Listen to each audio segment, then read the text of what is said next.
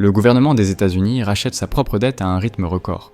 Mais pourquoi un pays, avec plus de 37 trillions de dollars de dette, décide-t-il de racheter les titres qu'il a lui-même émis ?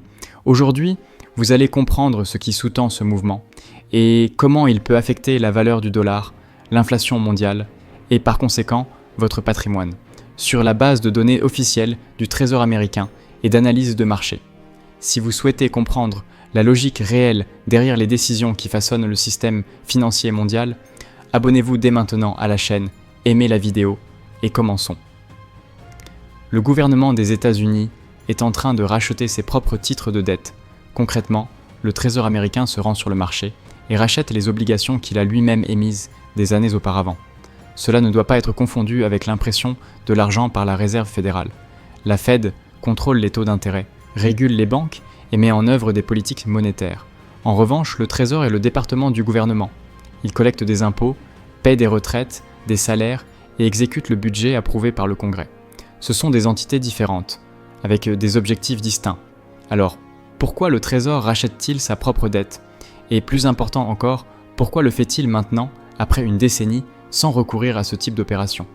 L'analogie la plus simple est de penser à un citoyen qui utilise un nouvel emprunt pour rembourser un autre avant l'échéance. Il paie une facture, mais en ouvre une autre. Et c'est ici que cela devient curieux. Historiquement, le Trésor américain a rarement fait cela. Entre 2003 et 2013, par exemple, il n'y a plus aucun rachat. Mais maintenant, le volume de ces opérations a explosé. Rien que cette année, le Trésor a déjà racheté plus de titres que pendant toute l'année précédente. Quelque chose semble manifestement anormal. S'agit-il d'une tentative de réorganiser le bilan ou d'un signe que le gouvernement perd le contrôle de sa propre dette ?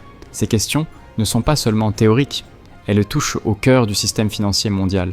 Parce que lorsque le plus grand débiteur du monde commence à agir comme s'il achetait du temps, le marché prête attention.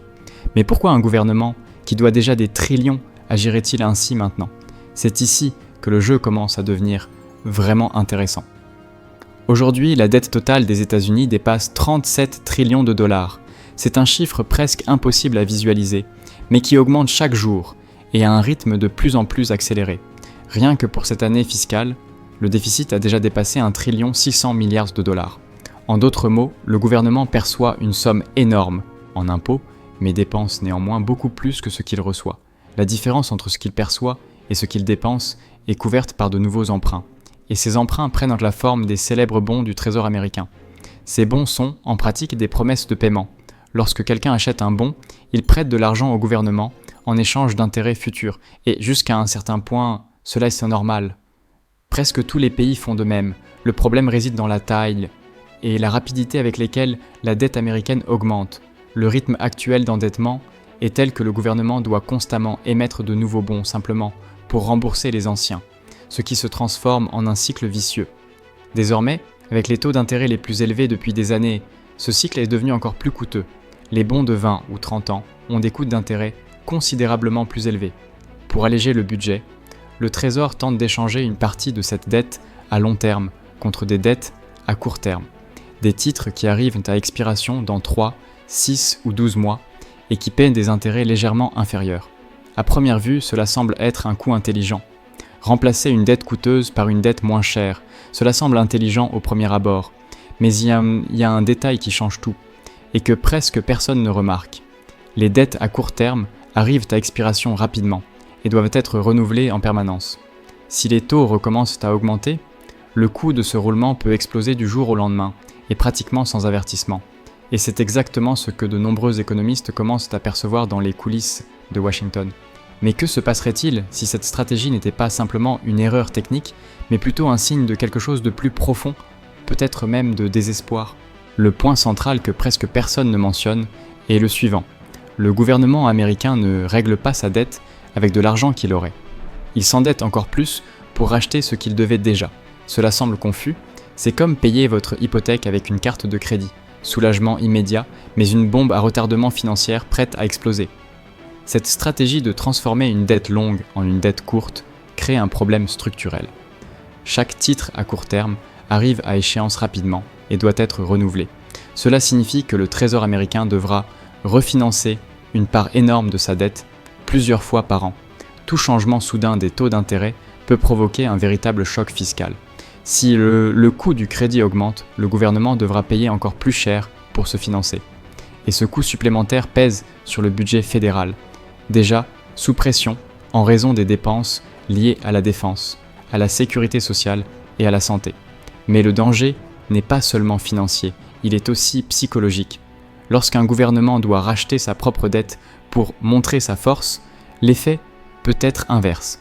Cela signale une faiblesse. C'est comme s'il disait au marché « Ne vous inquiétez pas, nous garantissons nous-mêmes la liquidité de nos titres. » Or, cela éveille exactement l'inquiétude que l'on voulait éviter. Les investisseurs commencent à se demander « Pourquoi le Trésor doit-il créer une demande artificielle pour ces titres ? Où sont les acheteurs naturels ? Fonds de pension, banques, gouvernements étrangers. » La confiance est l'actif invisible qui soutient le système, et une fois qu'elle commence à s'effriter, les marchés réagissent de manière imprévisible. Si même le gouvernement le plus puissant du monde doit fabriquer de la liquidité pour son propre marché, que cela révèle-t-il sur la stabilité du système financier global ? Assiste-t-on à une manœuvre technique ou à un symptôme de quelque chose de bien plus profond ? Car si cette opération n'améliore pas le budget, ne réduit pas la dette et augmente encore le risque de refinancement, quel est le véritable motif qui la sous-tend ? C'est justement cela qui commence à susciter des soupçons parmi les analystes et les investisseurs. Et ce qui nous amène au point suivant. Que cherche vraiment le Trésor à cacher avec ses rachats accélérés ? Ce qui apparaît dans les documents publics du Trésor, c'est ce qu'ils appellent soutien à la liquidité. Le gouvernement essaie de garantir que le marché des obligations continue de fonctionner normalement, même lorsque la demande naturelle commence à faiblir. À première vue, cela peut sembler être une mesure technique, mais dans les faits, c'est un signe clair qu'il y a eu un changement dans la confiance envers le système. Le véritable problème se situe sur la longue maturité de la courbe des taux d'intérêt. Les obligations de 10, 20 et 30 ans. Pendant des décennies, ces titres ont été considérés comme les actifs les plus sûrs de la planète, la base de tout le système financier mondial. Les banques, les compagnies d'assurance et les gouvernements étrangers les achetaient sans hésitation. Aujourd'hui, les investisseurs demandent des taux d'intérêt plus élevés pour continuer à prêter de l'argent aux États-Unis. Certains ont tout simplement cessé de se présenter aux enchères. Face à ce vide, le Trésor assume le rôle d'acheteur de dernier recours. Il rachète une partie de ses anciens titres pour s'assurer que le marché reste liquide, qu'il y ait des acheteurs et des vendeurs, et que les prix ne s'effondrent pas. Ce qui est étrange à penser. Imaginez si Apple commençait à acheter des iPhones d'occasion juste pour éviter que le prix des anciens modèles ne chute trop. Cela ne résoudrait pas le problème. Cela ne ferait que masquer le symptôme. Lorsqu'un actif a besoin d'un soutien artificiel pour maintenir son prix, il cesse d'être véritablement sûr. Le marché commence à percevoir qu'il y a une manipulation silencieuse en cours, une tentative de maintenir la confiance là où elle est déjà en train de s'affaiblir. Et voici la question que personne ne veut poser. Si même les titres du Trésor ont besoin de soutien, qu'est-ce qui peut encore être qualifié de sans risque dans le système financier ? C'est précisément pour cela que les investisseurs expérimentés commencent à protéger une partie de leur patrimoine avec des actifs indépendants du système. Des réserves qui ne dépendent pas de la crédibilité des gouvernements ou des banques centrales et qui protègent le patrimoine contre l'inflation. Mais la question qui demeure est « Que signifie tout cela en pratique pour l'investisseur ordinaire ?» C'est exactement ce que vous allez comprendre maintenant. Quelles sont les 3 initiatives pratiques pour protéger votre patrimoine et votre famille ?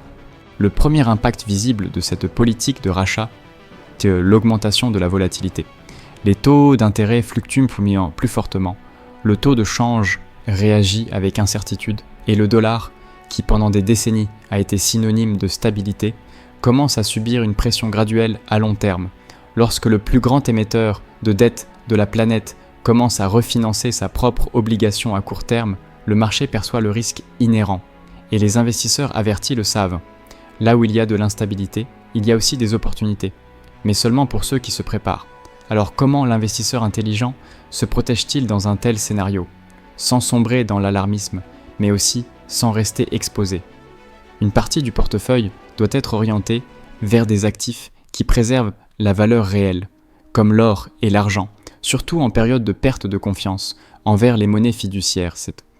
Ces métaux ne rapportent pas d'intérêt, mais ils fonctionnent comme une police d'assurance silencieuse contre l'excès d'endettement mondial.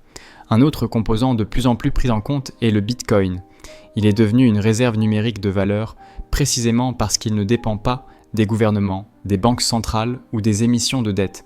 C'est une alternative de décorrélation, un actif qui réagit de manière différente lorsque le système traditionnel montre des signes de tension.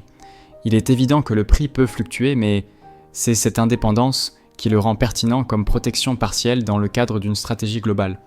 Dans le domaine de la rente fixe, la démarche est de diversifier les échéances et les émetteurs, sans tout concentrer sur des dettes à long terme du gouvernement américain. La règle est simple, combiner liquidité et protection d'un côté, et croissance progressive de l'autre. La constance est plus importante que la vitesse.